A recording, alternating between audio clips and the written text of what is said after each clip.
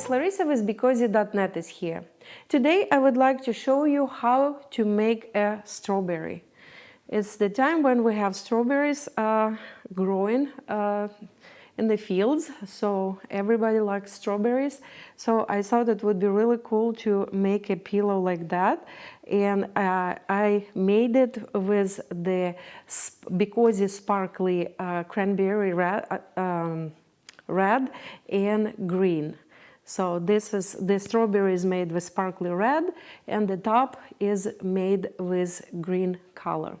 So you will need 1.5 skein of red and half of the skein of green, and you will need either button button eyes, or you will need just a piece of black yarn and a little piece of yarn for the mouse. It's if you want to add the face. It doesn't need to have a face, it's just a cute pillow without face too.